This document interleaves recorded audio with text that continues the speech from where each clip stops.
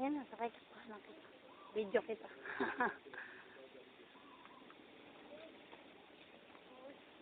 Diyan ka papasok yung itim na yan.